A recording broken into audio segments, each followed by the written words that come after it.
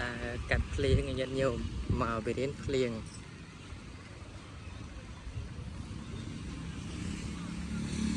màu về đến phliêng miền đã cắt phliêngនឹងឯង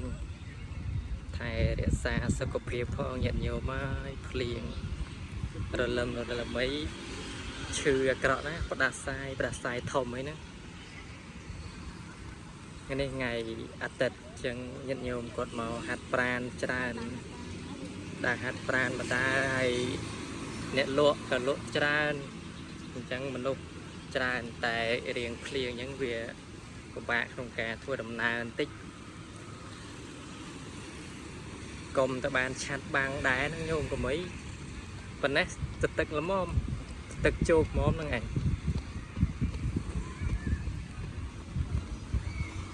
ហាត់ប្រាណដើម្បីសុខភាពញាតិញោម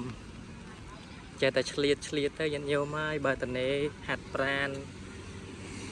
ហូបឬក៏ទទួលទានអាហារណាដែលល្អទៅឲ្យសុខភាពយើងវាបរិបូរណ៍ខ្លះ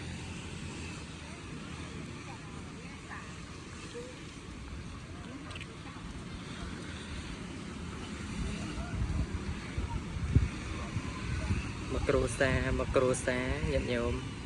ធ្វើដំណើរទៅកំសាន្តកន្លែងមុខវាំងតែភ្លៀងអញ្ចឹងដឹងមិនជំរឿញាតិញោម